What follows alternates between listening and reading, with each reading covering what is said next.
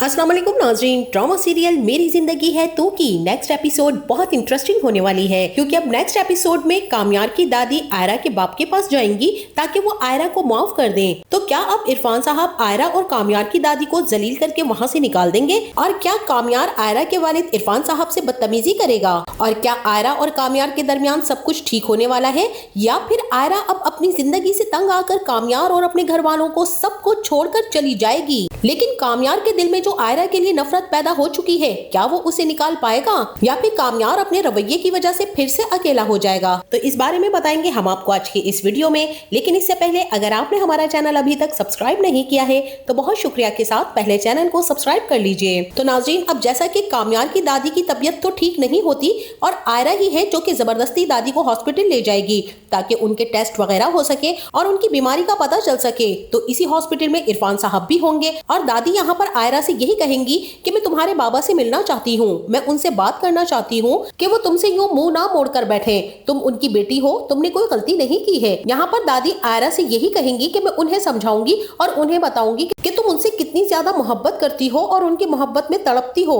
आयरा कामयार की दादी से कहेगी कि दादी मैं जानती हूँ कि बाबा नहीं मानेंगे, लेकिन यहाँ पर दादी आयरा को जबरदस्ती लेकर इरफान साहब के रूम में चली जाएंगी और इरफान साहब जब आयरा को देखेंगे दादी के साथ तो उनका तो खून खौल उठेगा। वो आयरा से यही कहेंगे कि तुम यहाँ पर क्यों आई हो, मैं तुम्हारी शक्ल तक देखना नहीं चाहता हूँ। जिस पर दादी इरफान साहब से कहेंगी कि बेटा मैं यहाँ आयरा को लेकर नहीं आई हूँ, बल्कि मैं तो यहाँ पर अपने इलाज के लिए आई थी, सोचा तुमसे भी मुलाकात हो जाए तो ये बात भी कर लूँ। ये तुम्हारी बेटी है, तुम इससे इस तरह से नाराज ना हो, ये टूट जाएगी, इसे तुम्हारी जरूरत है। अगर बच्चों ने कोई गलती की है तो हम बड़ों को अपना दिल बड़ा करके उनका साथ देना चाहिए। दादी इरफान साहब से यही कहेंगी कि बेटा पहले ही ये दोनों एक दूसरे को सजा दे रहे हैं, इनकी जिंदगी में बहुत सी मुश्किलात हैं और हमें चाहिए कि हम इनका साथ दें ताकि इनकी जिंदगी की तमाम मुश्किलें खत्म हो सके और हमारे बच्चे खुशगवार जिंदगी गुजार सकें। लेकिन इरफान साहब तो किसी की भी बात सुनने के लिए तैयार ही नहीं है क्योंकि उनकी बेटी ने उनकी बात नहीं मानी और अपनी मनमानी करके कामयार से शादी कर ली है। इरफान साहब कहेंगे कि नाफरमान औलाद जो होती है ना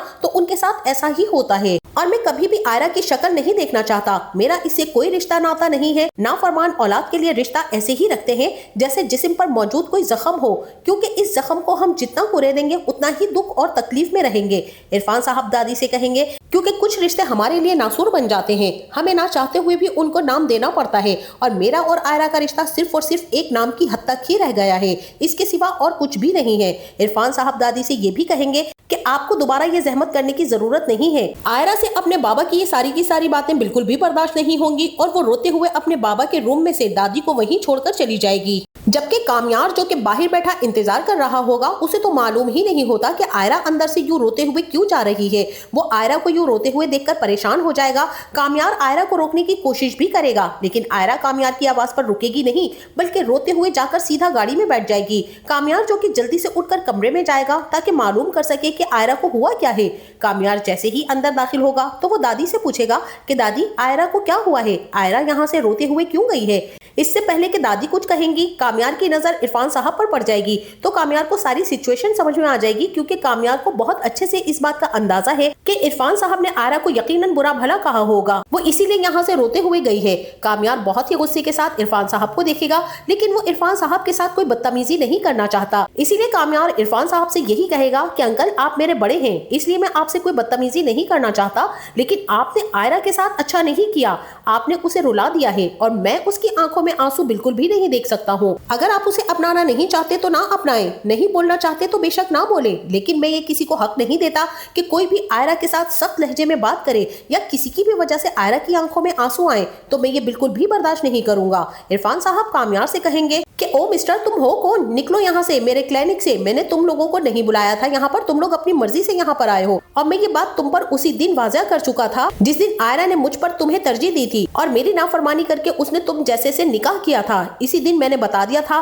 कि आज के बाद उसका मुझसे कोई ताल्लुक नहीं है, तो इसीलिए तुम लोग यहाँ से जा सकते हो। कामयार जो कि दादी को लेकर वहाँ से आ जाएगा। दादी बेचारी तो इस बात को बिल्कुल जानती ही नहीं थी कि आयरा के घर वाले आयरा से इस कदर नाराज हैं। दादी बेचारी तो ये सब सीन देखकर काफी ज्यादा परेशान हो जाएंगी और उनका बस नहीं चलेगा कि वो आयरा के लिए क्या करें। दादी अब यहाँ पर बहुत ही ज्यादा दुखी हो जाएंगी और इसी के साथ वहीं दूसरी तरफ आयरा भी अपनी दोस्त को बता रही होती है और रो भी रही होती है अपनी किस्मत पर। आयरा अपनी दोस्त से यही कहेगी कि मैंने अपनी जिंदगी में 2 मर्दों को उस वक्त पाना चाहा जब मैंने खुद उनको अपने हाथों से दूर कर दिया, एक कामयार और दूसरे मेरे बाबा। आयरा अपनी दोस्त को बताएगी कि जब कामयार मुझे मिल रहा था वो मुझसे पागलों की तरह इश्क करता था, मेरी एक झलक देखने के लिए तरसता था, तब मैंने उस पर एतबार ना करके उसका दिल तोड़कर दूसरों की बातों पर यकीन करके कामयार को अपनी जिंदगी से दूर कर दिया, उसको खुद से नफरत करने पर मजबूर कर दिया। आयरा अपनी दोस्त से ये भी कहेगी कि अगर मैं उस वक्त उसकी बात पर यकीन करती तो शायद आज जो हो रहा है ये कभी भी ना होता, कामयार भी मेरा होता और मेरे घर वाले भी मुझसे यूं नाराज ना होते। और अब मैंने जब कामयार को जबरदस्ती हासिल किया है अपने बाबा के खिलाफ जाकर, खानदान के खिलाफ जाकर, तो अब मैं कामयार की जिंदगी में तो आ चुकी हूँ लेकिन उसके दिल में अपनी जगह नहीं बना पा रही।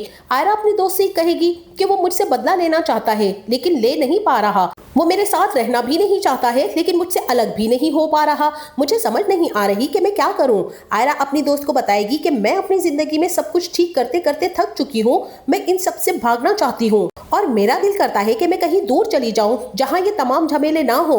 आयरा की दोस्त उसे तसल्ली देते हुए समझाने की कोशिश करेगी लेकिन आयरा की जिंदगी में तो ऐसा कुछ है ही नहीं कि जिसे उससे तसल्ली मिल सके। और इसी के साथ वहीं दूसरी तरफ जब आयरा घर आएगी तो दादी भी आयरा के कमरे में आएंगी।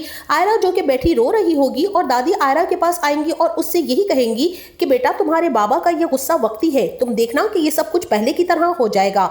आयरा रोते हुए दादी से कहेगी कि दादी मुझे लगा था कि अगर मैं कामयार से शादी कर लूंगी तो वो सुधर जाएगा, मेरी वजह से उसे जो तकलीफ पहुंची है मैं उसे कम कर पाऊंगी। यहाँ पर आयरा यही कहेगी कि मुझे लगा था मैं कामयार को राह रास्त पर ले आऊंगी लेकिन दादी ये जो मैंने सोचा था ना वैसा कुछ भी नहीं हुआ, कामयार कभी भी नहीं बदलेगा और ना ही कभी बदल सकता है, वो मुझसे मोहब्बत नहीं बल्कि नफरत करता है अब। क्योंकि दादी सच तो यह है कि मैं कामयार को एडजस्ट करते हुए नहीं देखना चाहती थी, मैं उसे उसकी जिंदगी में एक भरपूर कामयाब तरीन इंसान बनता हुआ देखना चाहती थी, लेकिन कामयार की अम्मी चाहती हैं कि मैं कामयार के लाइफ स्टाइल के साथ कंप्रोमाइज कर लूं और उसकी तर्ज जिंदगी के मुताबिक चलूं, तो ऐसा तो कभी भी नहीं हो सकता। अब यहाँ पर दादो आयरा को गले लगा लेंगी और उससे यही कहेंगी कि बेटा मैं खुद कामयार से बात करूंगी। लेकिन आयरा जो कि न सिर्फ इस शादी से बल्कि खुद से भी तंग आ चुकी है, जब दादी हॉस्पिटल से घर आ जाएंगी तो वो कामयार को भी समझाने की कोशिश करेंगी और कामयार को समझाते हुए वो यही कहेंगी कि कामयार देखो, आयरा ने तुम्हारी वजह से अपने घर वालों को नाराज करके तुमसे शादी की है, अपनी वो सारी कश्तियां जलाकर तुम्हारी खातिर आई है और आज तुमने खुद ये देख लिया है कि उसके बाप ने किस तरह से उसे जलील करके निकाल दिया और वो रोते हुए वहां से आई है। दादी कामयार से ये भी कहेंगी कि मुझसे तो उस बच्ची की हालत दिखी ही नहीं जा रही है, कामयार तुम ही सुधर जाओ, तुम्हें अपना रवैया आयरा के साथ ठीक करना चाहिए, उसके साथ प्यार और मोहब्बत से रहो, उसको दिल से अपना लो और तुम पहले वाले कामयार क्यों नहीं बन जाते हो जिस तरह तुम पहले सुधर गए थे आयरा की खातिर। अब तो वो तुम्हारी जिंदगी में है तो उसकी कदर करो, क्योंकि मैंने देखा है बेटा कि आयरा एक बहुत अच्छी और सुलझी हुई बच्ची है, उसे तुम खोना नहीं, एक वही तो है जो तुम्हारी जिंदगी में खुशियां ला सकती है और इस घर को घर बना सकती है, उसको यूं सबके सामने जलील मत करवाओ, तुम सुधर जाओ और उससे प्यार मोहब्बत से रहा करो। कामयार यहाँ पर अपनी दादी की सारी बातें सुनकर यही कहेगा कि दादी मैं बहुत कोशिश करता हूँ कि मैं आयरा के करीब जाऊँ, उससे प्यार करूँ, मेरे दिल में जो उसके लिए नफरत है मैं उसको निकाल सकूं, लेकिन मैं ऐसा नहीं कर पा रहा। मैं जब भी उसके पास जाने की कोशिश करता हूँ तो मुझे वो सब कुछ याद आ जाता है कि उसने किस तरह से इतने सारे लोगों के सामने एक झूठी वीडियो की वजह से मुझ पर ना एतबार करके मुझे जलील करके वहां से निकाल दिया था और वो सब कुछ मुझे याद आ जाता है। ऐसा नहीं है कि मैं कोशिश नहीं करना चाहता, बस फिर मैं क्या बताऊं कि मुझे क्या हो जाता है कि मैं उस सब को भूल नहीं पा रहा हूँ।